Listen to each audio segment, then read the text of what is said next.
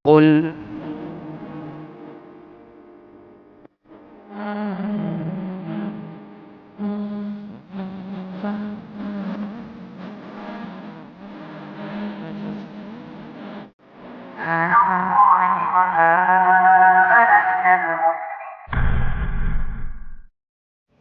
Sekarang lihat pelajaran yang kedua.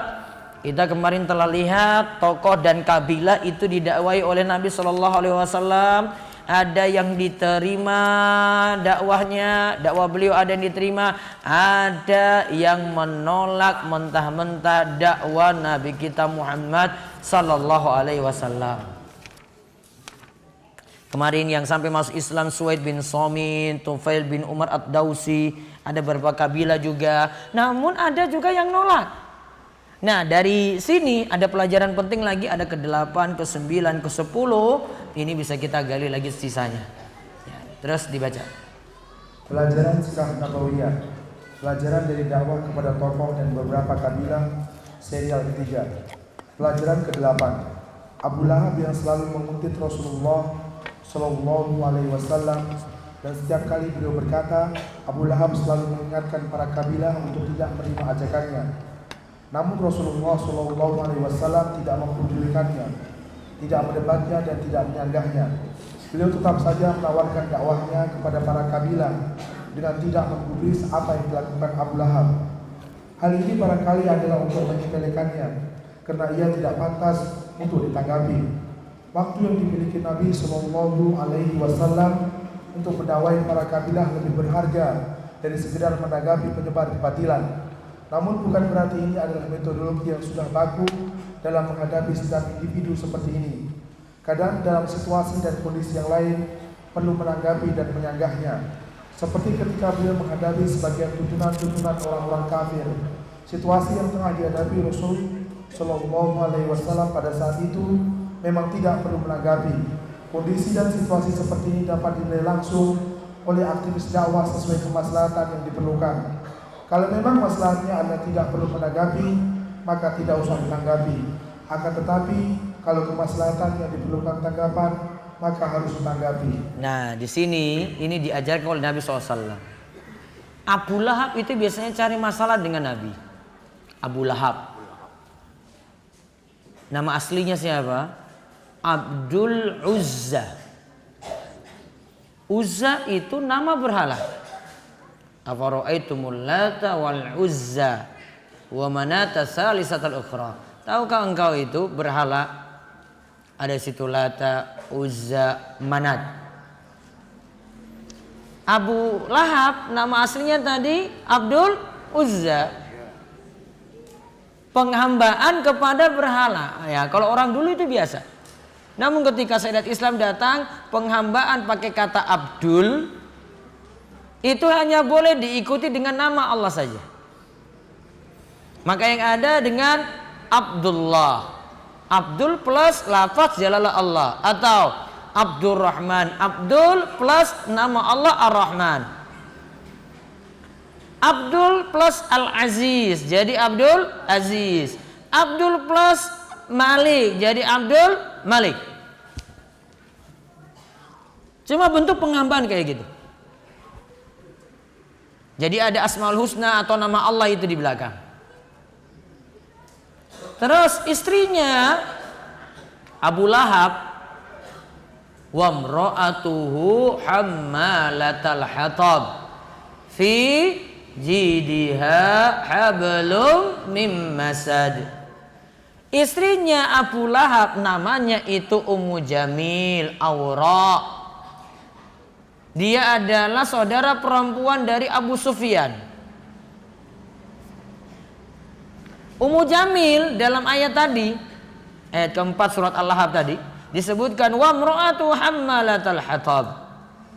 Istrinya Abu Lahab itu mikul kayu bakar karena biasa melakukan namimah, adu domba, manas-manasi.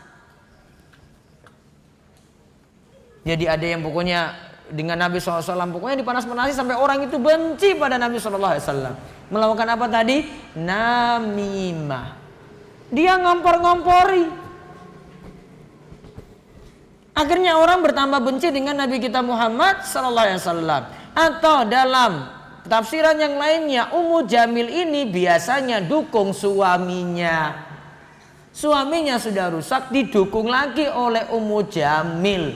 Bukan malah nasihati, pokoknya yang rusak ditambahkan lagi rusak.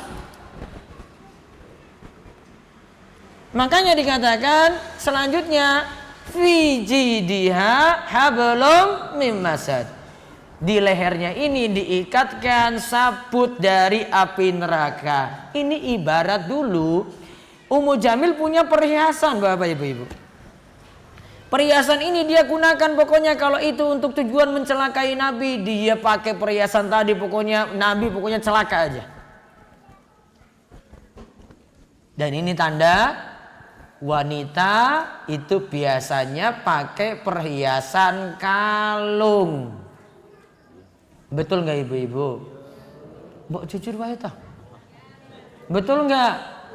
Dan wanita sangat suka dengan namanya perhiasan. Kalau laki-laki butuh nggak? Butuh nggak laki-laki? Hah? Butuh berhias nggak? Untuk apa? Laki-laki sudah perfect, sudah sempurna, dia nggak butuh perhiasan. Iya tak Pak? Jadi dengan keadaan kayak gitu aja tetap ada yang mau kok. Kalau perempuan dia butuh disempurnakan lagi, dengan dia itu berhias diri, maka perhiasan itu ada. Maka laki-laki itu tidak dibolehkan memakai perhiasan emas. Contoh, jam tangan ada emasnya, nggak boleh. Dilarang. Balik lagi kisah Abu Lahab. Abu Lahab ini kerjaannya pokoknya dengan Nabi SAW. Dia selalu panas-panasi kabilah-kabilah juga. Jangan itu dengar Nabi Muhammad. Hati-hati, ajarannya itu bahaya. Sama seperti kita kalau saat ini itu, jangan ngaji di situ. Wah, itu teroris-teroris itu. Nah, digosipkan kayak gitu.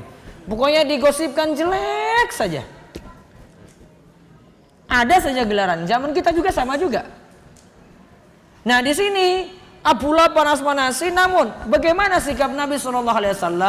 Beliau tidak mempedulikan, beliau tidak mendebat, beliau juga tidak menyangga. Artinya biarkan saja Abu Lahab itu jalan itu dengan fitnah-fitnahnya.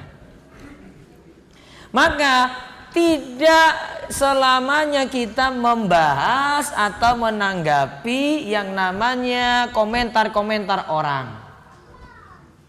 Kalau di dunia medsos itu namanya bulian-bulian orang.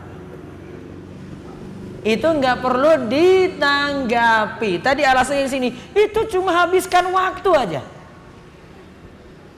Jenengan coba kalau dapat komentar orang di masyarakat, jadi ibu-ibu, ini terutama ibu-ibu yang dikomentari. Mau pakai jilbab, baru kecil saja sudah dapat komentar ini. Sok alim itu. Ya, sok jadi wanita solehah. Gaya. Ya. Ada saja komentar. Apa perlu ditanggapi? Enggak selamanya perlu ditanggapi, dibiarkan saja. Jadi dengan dengar itu masuk telinga kanan, sudah keluarkan lagi ke telinga kiri, sudah. Anggap saja angin lalu, sudah. Saya anggap itu biasa aja kok. Wong kita yakin benar. Ngapain kita pedulikan komentar-komentar tadi? Ya. Nggak selamanya itu komentar itu butuh diladeni, butuh dijawab, butuh ditanggapi, nggak perlu. Kecuali di sini tadi dijelaskan, mungkin satu kondisi kadang perlu ditanggapi. Lihat berarti ada maslahat atau tidak, ada keuntungan atau tidak. Saya jawab komentar tadi, kalau tidak ada keuntungan biarkan saja. Paham ibu-ibu? Ibu-ibu pun ngantuk. Nah. Terus yang ke-9. Pelajaran ke-9. Menawarkan dakwah kepada manusia pasti akan menghadapi risiko. Namun bagi seorang aktivis dakwah harus bersabar dan hanya mengharap balasan dari Allah Ta'ala. Tidak perlu menanggapi dan menimpali kata-kata yang menyakiti dengan hal yang serupa. Bersabar dan tabah dalam menghadapi risiko. Siapa saja yang menerima seruannya, ia dapat memberikan penjelasan yang lebih banyak. Siapa saja yang berpaling, menghina dan melecehkannya, cukup disikapi dengan berdiam dan berpaling darinya. Dalam ayat disebutkan Allah Ta'ala berfirman, wa ibadur rahmani alladzina yamsuna 'alal ardi hauna wa idza khatabahumul jahiluna qalu salama. Dan hamba-hamba Tuhan yang Maha Penyayang itu ialah orang-orang yang berjalan di atas muka bumi dengan rendah hati. Dan apabila orang-orang jahil menyapa mereka, mereka mengucapkan kata-kata yang mengandung keselamatan. Quran Surah Al-Furqan ayat 63.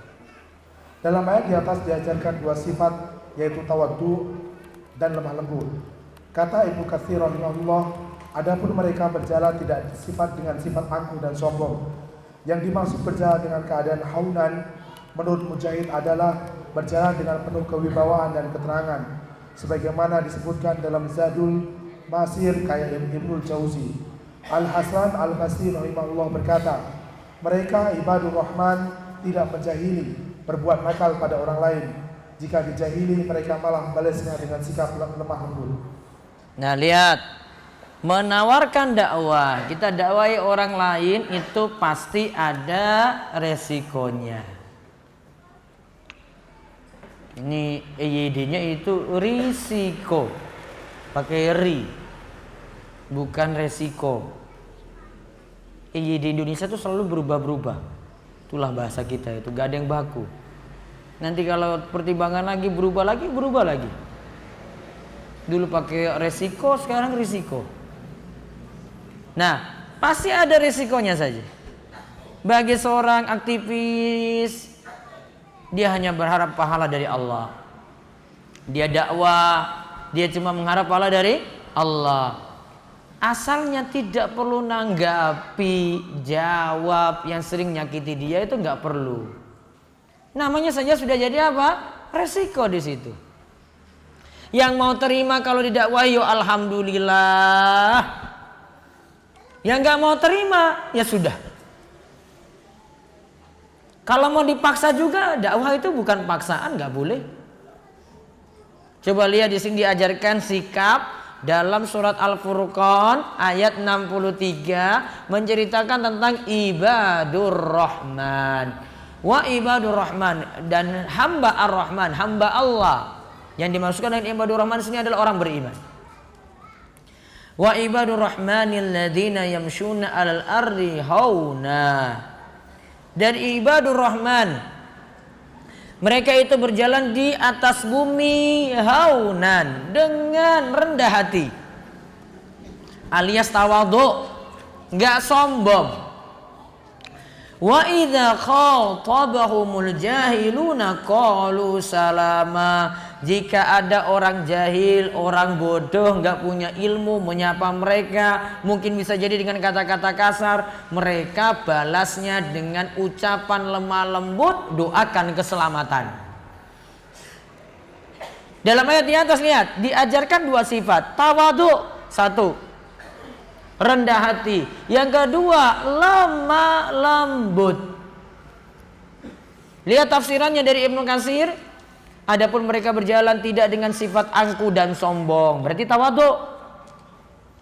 Ingin jadi orang yang biasa, tidak ingin disanjung-sanjung lebih, nggak mau. Pokoknya dia ingin dilayani apa adanya saja. Terus yang dimaksudkan dengan haunan menurut Mujahid adalah berjalan dengan penuh kewibawaan dan tenang. Adapun kalimat setelahnya, wa idza khatabahumul jahiluna qalu salama. Al-Hasan Al-Basri mengatakan mereka ibadur rahman tidak menjahili, tidak berbuat nakal pada orang lain. Jika dijahili, mereka malah membalas dengan sikap lemah lembut. Jadi tidak selamanya tindakan kasar dibalas kasar juga. Saya pernah singgung, kalau kita balas orang lain itu ada 3 tingkatan.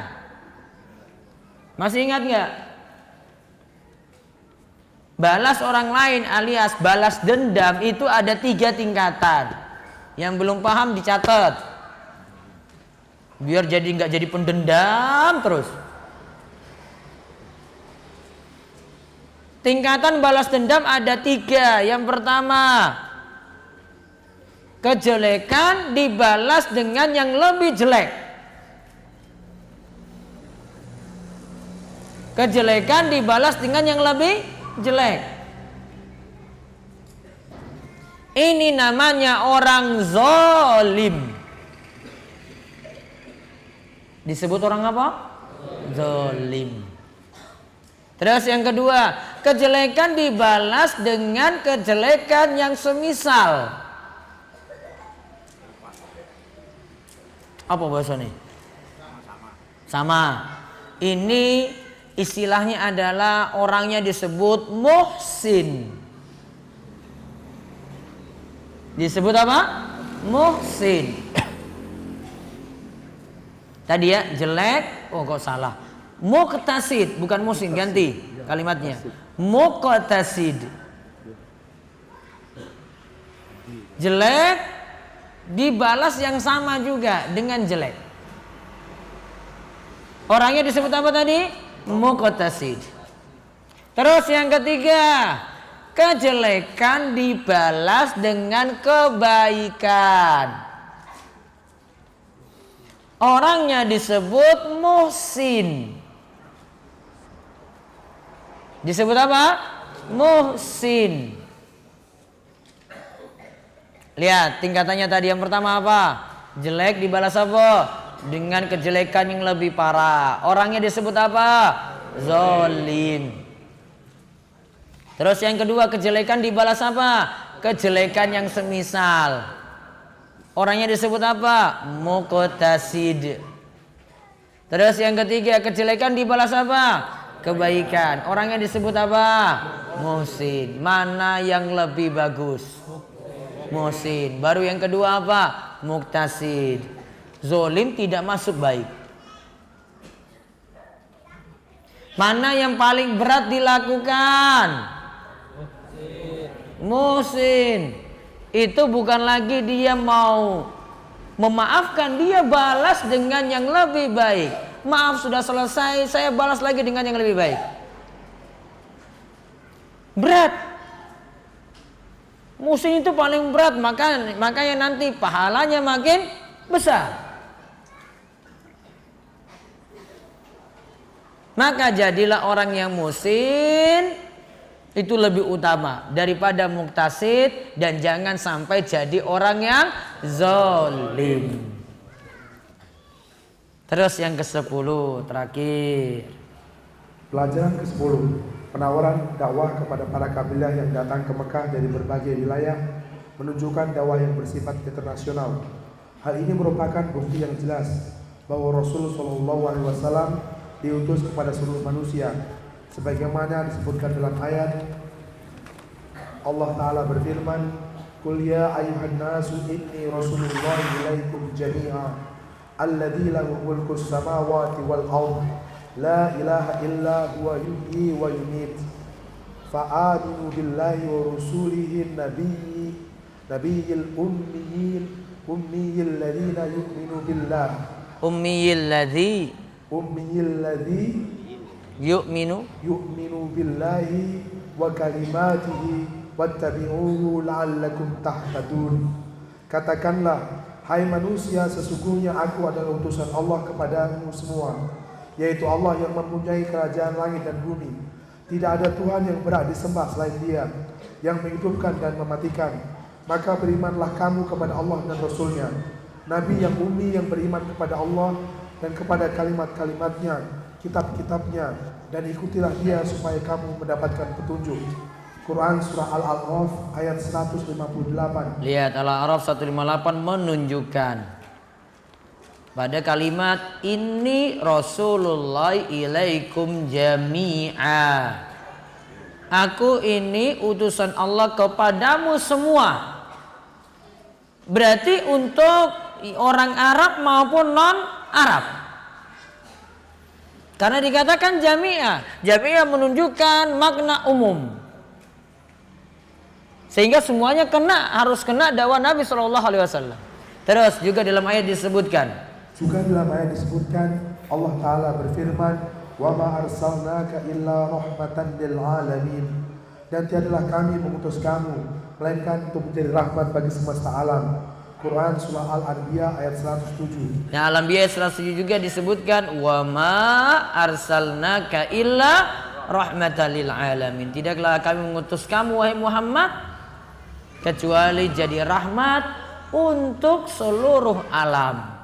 Berarti untuk orang Arab maupun non Arab. Terus sekalipun ada tuduhan bahwa risalah beliau hanyalah untuk masyarakat Arab, sesungguhnya kenabiannya telah diakui dan kebohongan adalah mustahil bagi para nabi, dan hal ini diakui oleh seluruh ulama.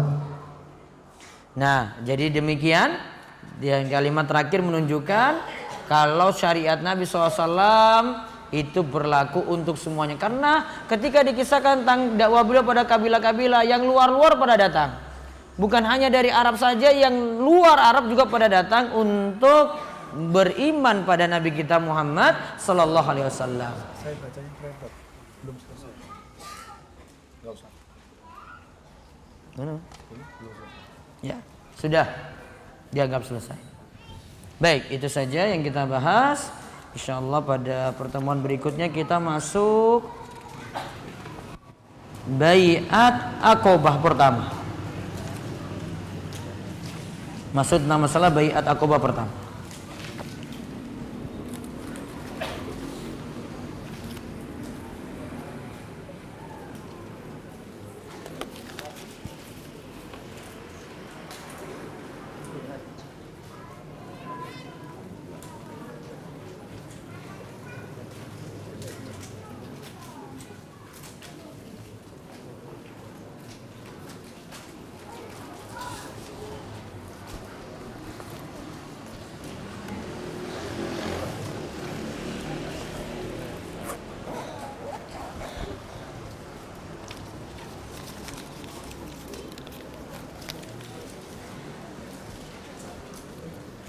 Bagaimana hukumnya membeli barang lelang pegadaian?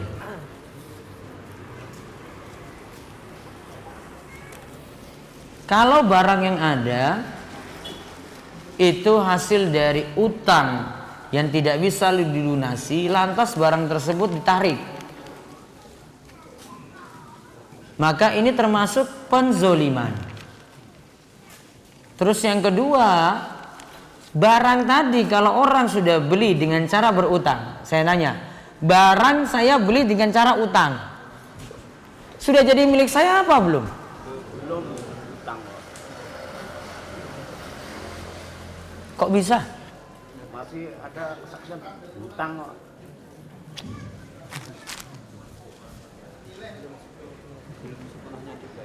Jadi saya beli kendaraan ini dengan cara utang, ya. Ini masih kreditan. Motor itu sejatinya sudah jadi milik siapa?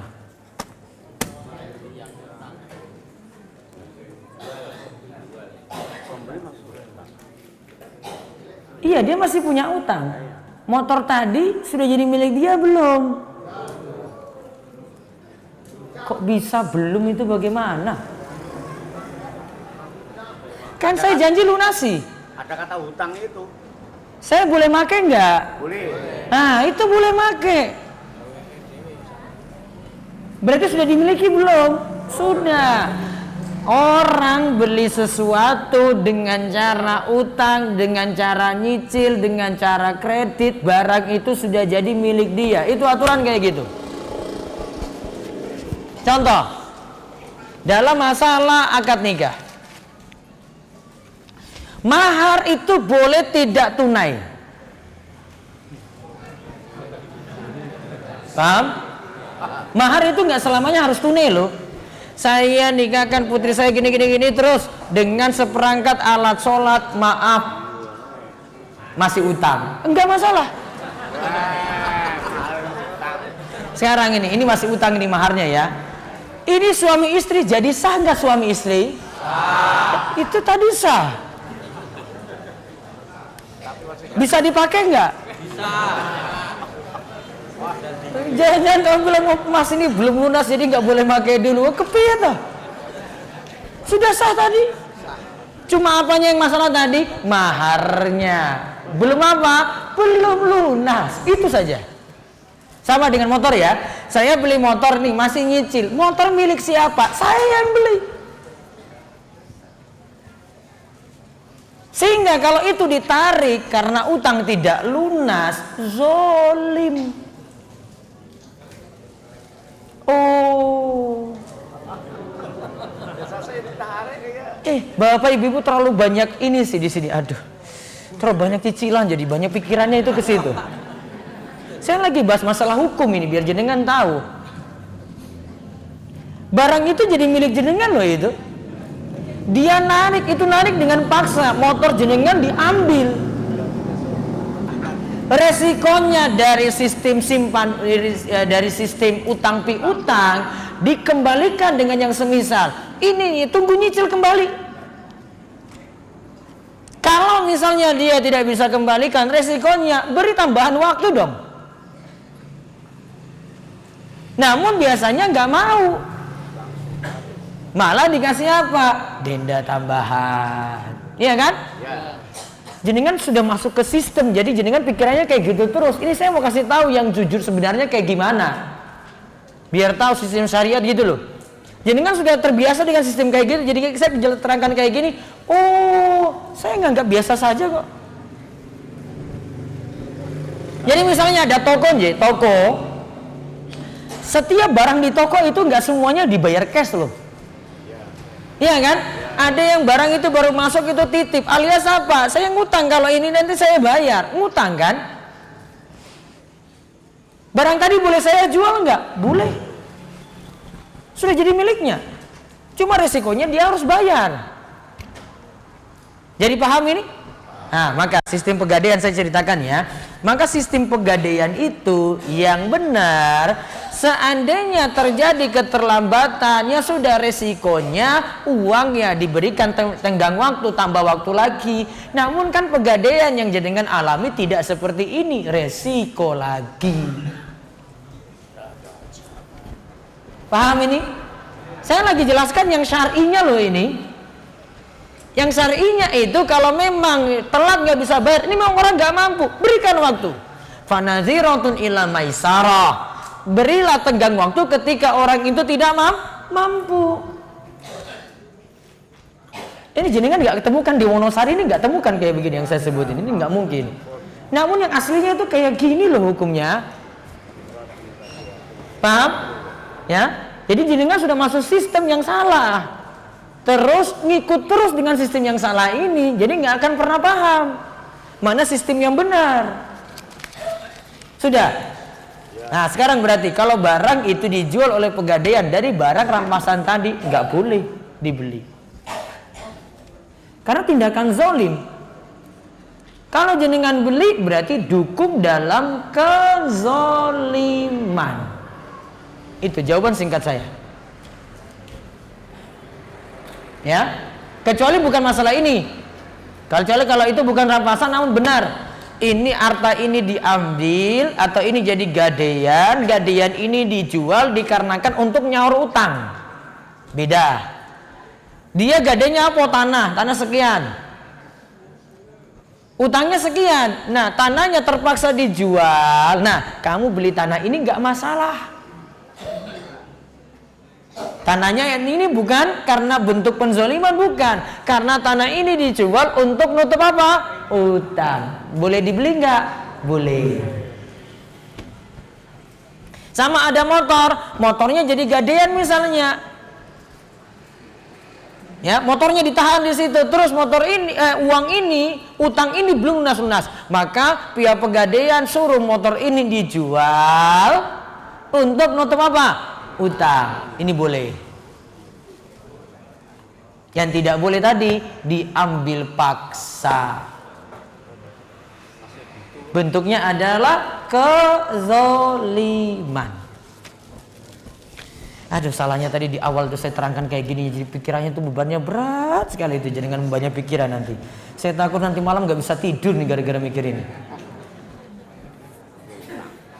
Bagaimana hukumnya makmum yang tidak mau menegur imam karena ada rasa sungkan, yang salah atau kurang pas? Imamnya itu kurang dalam membaca Al-Fatihah. Misalnya, Juga dalam surat pendek itu tajwidnya kurang, yaitu qalqalahnya, panjang pendeknya dan seterusnya.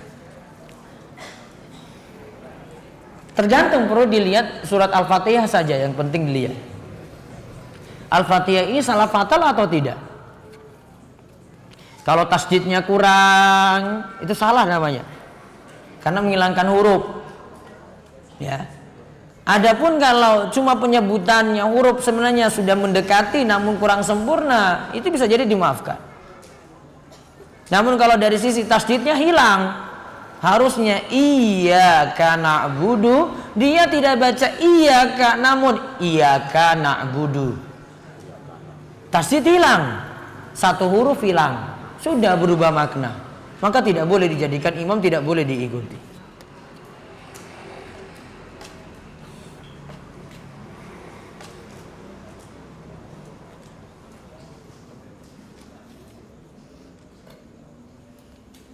Gimana cara menolak sedekah harta riba dari orang kalau kita sebagai panitia pembangunan masjid? Iya ya, resikonya gimana ya? Nah, diterima saja, namun dipakai untuk bangun tempat-tempat yang kotor seperti toilet. Iya kan? Jelas kan? Nanti jelas. Atau jalan untuk masuk masjid. Ada yang butuh dilebarkan, dia pakai untuk itu, masih bisa. Jika kita jual pupuk atau beli pupuk, tetapi pupuk tersebut berasal dari benda najis, dan dia sebutkan sini contoh, benda najis itu kotoran sapi, ayam dan lain-lain. Dalam mazhab Syafi'i semua kotoran hewan itu dianggap najis. Jadi jenengan sejak dulu itu pemahamannya kayak gini. Semua kotoran hewan yang halal dimakan hewannya ataupun yang haram dimakan hewannya itu dianggap najis. Itu mazhab Syafi'i. Namun yang tepat, hewan itu kotorannya dikatakan najis atau tidak dilihat. Kalau itu dari hewan yang halal dimakan, seperti kotoran sapi. Sapi kan halal dimakan. Kotoran ayam, ayam juga halal dimakan. Kotorannya tadi tidak najis. Terus kalau sebaliknya, kotorannya ini dari hewan yang haram dimakan. Contoh apa? Kotoran anjing, babi, kucing. Iya toh? Haram kan dimakan kucing? Boleh nggak sate kucing? Nggak boleh. Maka kotorannya dianggap najis. Jadi kesimpulan singkatnya seperti itu. Ada dalil-dalilnya yang panjang lebar untuk mendukung perincian tadi. Uang haram karena pekerjaan, bolehkah digunakan untuk donasi kajian atau kegiatan agama selain bangun masjid? Baiknya kalau sudah campur dengan ibadah untuk pengajian, baiknya ditolak. Bagaimana hukum harta riba yang digunakan untuk menafkahi keluarga? Apakah membuat keluarga yang diberi nafkah membuat doanya sulit terkabul? Dirinci. Ada anak, bapaknya itu kerjanya haram, namun anak ini tidak punya nafkah kecuali dari bapaknya saja. Berarti masih bergantung pada nafkah bapak. Maka karena nafkahnya dia bergantung pada nafkah bapak, anak ini berhak untuk dapat nafkah tadi. Bapaknya yang dosa. Namun jika anak ini sudah kerja, orang tua punya penghasilan haram tadi, maka kalau anak sudah kerja tidak lagi minta dari bapaknya yang punya penghasilan haram. Kalau sudah punya pekerjaan. Kami beli emas di toko emas, lalu kami jual lagi emas tersebut di toko yang sama. Tapi ada potongan dari toko emas tersebut, apakah termasuk riba? Yang penting jual belinya cash di tempat. Apa hukumnya ghibah, Ustadz? Ghibah haram. Ghibah itu membicarakan jelek orang lain, tidak ada hajat. Kita gosipkan orang, rasani orang, nah itu namanya ghibah. Nggak punya hajat di situ. Dan itu masuk dosa besar. Apa syarat hijab bisa dikatakan syar'i, Ustadz? Hijabnya menutup aurat satu, yang kedua lebar tidak ketat. Yang ketiga, tidak transparan. Tebal berarti tidak transparan. Ini 3 syarat pokok. Apakah polisi itu pekerjaan yang haram, Ustadz? Karena banyak cerita akhwat ngaji nolak pinangan polisi. Halal. Asalnya pekerjaannya halal, gajinya itu halal. Enggak mau nerima ya terserah kamu, rugi. Ustadz, masukan untuk panitia bahwa ibu-ibu di bawah tolong jangan menghalangi jalan karena ada yang mau ke kamar mandi jadi malu dan sudah lewat. Akhirnya nahan kencing terus sampai selesai kajian. Ya, masukan. Nanti didengar, Ji.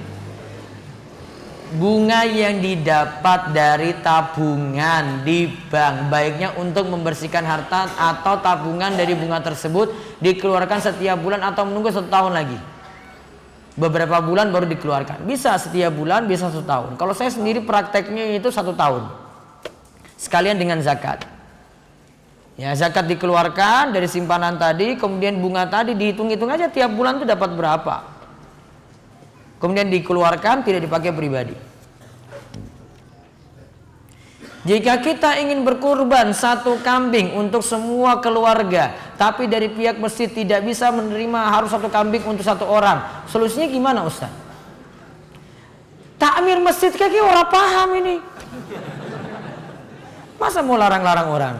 1 kambing ya, ini poro takmir ini dengar nih, orang turu loh ini. 1 kambing itu niatannya untuk 1 orang bisa masuk di dalamnya 1 keluarga. Misalnya bapaknya namanya Pak Slamet, dia bawa kambing ini, Pak Takmir saya berkurban atas nama Pak Slamet sekeluarga, sah. Keluarganya ada berapa? Gak usah beritahu. Mau ada 5 kayak ada 10 kayak terserah. Semua yang dalam 1 rumah tadi semuanya dapat pahala. Ya. Adapun tadi mau 1 kambing 1 orang terserah. Pahalanya boleh, yang lainnya dapat. Makanya takmir masjid mbok ngaji, orang banyak protes loh itu. Takmirnya yang salah ini, bukan jamaahnya. Jamaahnya masih paham bahwa ke takmir, Pak ini atas nama saya sekeluarga. Oh, enggak diterima. Oh, kalau saya itu sudahlah kambingnya saya nanti nyembelih sendiri aja, saya bagi sendiri. Sah. Masa kayak gitu aja ditolojo, sepele banget loh itu coba. Iya kan? Beritahu aja nih kalau ada rekaman ini direkam, dikasih tahu takmirnya itu. Kalau kurang puas datang aja ngaji malam Sabtu depan biar tak jelaskan langsung. Seorang istri jika akan melahirkan pasti melalui proses. Yo jelas. Tidak langsung melahirkan. Saat sebelum melahirkan itu masih mempunyai kewajiban sholat dan kewajiban lain atau tidak? Ibu-ibu jangan marah ya di sini ya. Saya jelaskan apa adanya ini. Selanjutnya kapan disebut nifas? Nah ini kita bahas darah nifas. Nifas itu pengertian yang tepat. Nifas secara bahasa itu artinya al-wiladah. Wiladah itu artinya melahirkan. Maka menurut jumhur atau kebanyakan ulama, nifas itu darah yang keluar ketika proses ketika melahirkan bayinya itu keluar atau setelah melahirkan. Ustadz kan ada pembukaan, ada buka sekian gitu. Sampai buka berapa, Bu? 10. Ya. Terus ini datang itu ketika itu waktu zuhur. Masih buka 1 atau buka 2. Ya, terus di situ mungkin ada darah yang keluar atau ada cairan yang keluar. Ini apa? Menurut jumhur ulama itu bukan darah nifas, itu masih darah kotor atau istihadah. Konsekuensinya tetap sholat. Paham ibu-ibu? Orang protes loh ini. Jadi kan mau protes biasanya, wah Ustadz, saya itu nggak bisa mikir sholat lagi, sudah sakit. Iya sudah, saya sudah paham. Pokoknya tetap sholat. Jenengan mau sholat mau di tempat tidur kayak mau cara bagaimana kayak terserah. Ustadz saya nggak bisa kamar mandi lagi, ini sudah pusing mikir ini. Sudah nggak apa-apa sholat saja di tempat tidurnya. Saya nggak bisa wudhu, ya sudah ganti tayamum. Tayamum juga nggak bisa gerak-gerak, ya wes ora tayamum, ora wudhu, ora masalah. Daripada banyak protes lagi. Sudah Bu. Ya, jenengan bilang tadi wudhu nggak bisa kan, tayamum juga nggak bisa gerak-gerak, ya sudah. Sholat keadaan apapun tadi, yang penting sholat. Sholatnya nggak ditinggalkan. Ustadz, dulu saya nggak sholat karena baru tahu sekarang. Mudah-mudahan besok hamil lagi. Nah, biar tahu yang ini nih tadi. Paham Pak Kartijo? Biar tahu yang ini tadi. Ya, kalau nggak hamil lagi ya sudah. Kalau hamil lagi kayak begini nanti jadinya. Saya jelaskan juga sama bidan ini, kalau saya datang ke bidan itu saya nggak banyak nanya tentang masalah istri itu bagaimana. Saya langsung ini diskusi sama bidan itu. Ya. Bu, itu salah Bu, itu harusnya nunggu dulu pas melahirkan, itu baru dianggap itu darah nifas. Oh gitu, bidan aja baru tahu.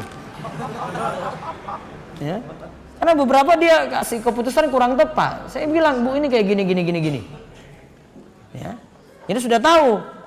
Terus ada masalah apa lagi, ini darahnya nifas apa darahnya istiadah, saya beritahu juga ini hukumnya kayak begini. Ada ketentuannya. Ya, gitu.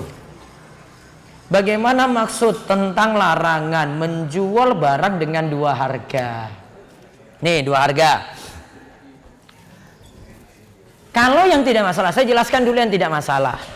Kalau dijual secara tunai cash 1 juta. Kalau nyicil, maaf Pak, jenengan nyicil berapa kali? 12 kali 1 tahun. 100 ribu. Ya sudah jadi 1.200.000. Beda kan? Kalau cash 1 juta, kalau nyicil jadi berapa? 1.200.000. Seperti ini tidak masalah. Resiko dari jual beli yang bertambah waktu, resikonya adalah uang mesti nambah. Karena nggak ada penjual itu mau tetap harganya sama. Kecuali yang dilarang di sini adalah ketika jual belinya beda harga di sini, untuk urusan nyicilnya ini melibatkan pihak ketiga. Pakai leasing, itu baru masalah. Adapun pengertian jual beli dua harga tadi, ini pengertian lain. Ini para ulama yang tepat di sini menurut beberapa pendapat, memang ada beda pendapat dalam masalah ini. Yang tepat adalah jual beli dua harga yang terlarang jika satu, harganya nggak jelas. Ini kadang jual beli itu berlangsung ini cuma dengan keluarga. Mau milih cash atau kredit dia nggak beritahu. Saya ambil barang dulu ya. Boleh jadi nanti dia ambil uang mau bayar cash langsung. Boleh jadi dia nanti mau nyicil. Dia nggak beritahu. Harga nggak jelas. Maka itu jadi jual beli dua harga yang bermasalah. Karena sini ada ketentuan yang tidak jelas. Nanti merugi di sini yang penjual. Ini maunya ini bagaimana toh, mau belinya cash atau mau belinya itu tunai, beli cash atau belinya kredit. Akhirnya bingung. Ada ketidakjelasan. Itu pertama. Yang kedua, para ulama itu katakan jual beli dua harga yang terlarang itu definisinya adalah jual beli inah. Jual beli inah, ini inah di sini kedok dari riba. Kapan-kapan baru saya jelaskan. Itu penjelasannya agak rumit. Apakah kalau puasa, Ustadz, kami jamaah yang ada di lantai bawah kebanyakan mengantuk karena layarnya, ini layarnya mungkin mati di sini ya, nanti diperbaiki insyaallah. Apakah kalau lagi puasa menggosok gigi siang hari apakah tidak batal? Anjurannya, amannya itu tidak sikat gigi siang hari. Karena sikat gigi yang biasanya menggunakan pasta gigi itu resikonya punya pengaruh pasta gigi ini ke dalam mulut. Yang masih dibolehkan cuma menggunakan kayu siwak saja. Namun kayu siwak ini, ya jenengan harus cari yang namanya kayu siwak. Ini cuma pengaruh untuk menghilangkan bau mulut saja. Namun kalau dalam mazhab Syafi'i, jika itu sudah masuk waktu zuhur sampai maghrib, baiknya tidak menghilangkan bau mulut lagi. Jadi bau mulut ini dipertahankan. Apa adanya, bau ya sudah bau. Sama kalau mencicipi makanan lagi berpuasa, kata sebagian orang, ada yang membolehkan mencicipi masakan tapi hanya sebatas lidah saja. Oh gitu.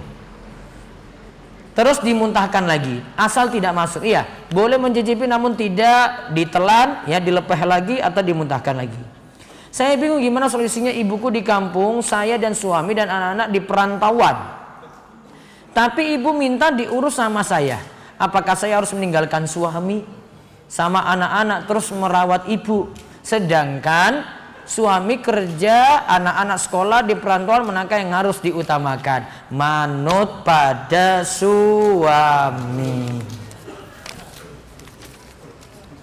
Dua lagi ya, nanti pertanyaan yang lainnya nyusul pekan depan. Banyak sekali hari ini. Apa itu hari Fathul Mekah? Fathul Mekah itu penaklukan kota Mekah pada tahun 8 Hijriah. Ustaz, adik saya pernah menemukan uang di jalan, akan tapi tidak dikembalikan, malah uang tersebut dibelikan makanan. Apakah hukum makanan tersebut? Gini, uangnya dilihat dulu, uang berapa? Kalau uangnya uang cuma 2.000, kira-kira 2.000 di masyarakat Wonosari itu masih berharga enggak? Ini ketinggalan di, misalnya ada 2 kilo gitu jarak, 2.000 itu ketinggalan. Masih mikir untuk nyari 2.000 tadi? Nah, itu namanya sudah tidak berharga lagi. Masih bisa pakai untuk beli. Maka kalau harta yang sepele seperti ini, para ulama tidak haruskan untuk umumkan. Silakan yang temui itu manfaatkan, namun saran saya diinfakkan untuk jalan kebaikan saja, di atas namakan orang yang punya uang tadi. Wallahu a'lam bishawab. Demikian yang kita bahas untuk malam hari ini. Mugi-mugi manfaat. Insyaallah untuk hari Ahad, besok Ahad apa? Kliwon ada kajian pagi jam 6, jam 7 sampai jam selesai di Tanjung Sari, di apa itu? Banjarjo ya. Di masjid yang baru ya. Terus yang kedua kajian di Karangtengah di Kajar. Kedung 2 di Balai Dusun, Balai Desa, Balai Dusun Kedung 2, nanti jam 9 sampai selesai. Ya, itu saja pengumuman dari kami. Mudah-mudahan kita diberikan panjang umur, kesehatan, dan Allah memberikan kepada kita kemudahan rizki, kemudahan amal soleh, dan memberkahi setiap penghasilan kita yang ada digunakan untuk jalan-jalan kebaikan. Kita tutup dengan doa kafaratul majelis. Subhanakallahumma bihamdika asyhadu an la ilaha illa anta astaghfiruka wa atubu ilaik. Assalamualaikum warahmatullahi wabarakatuh.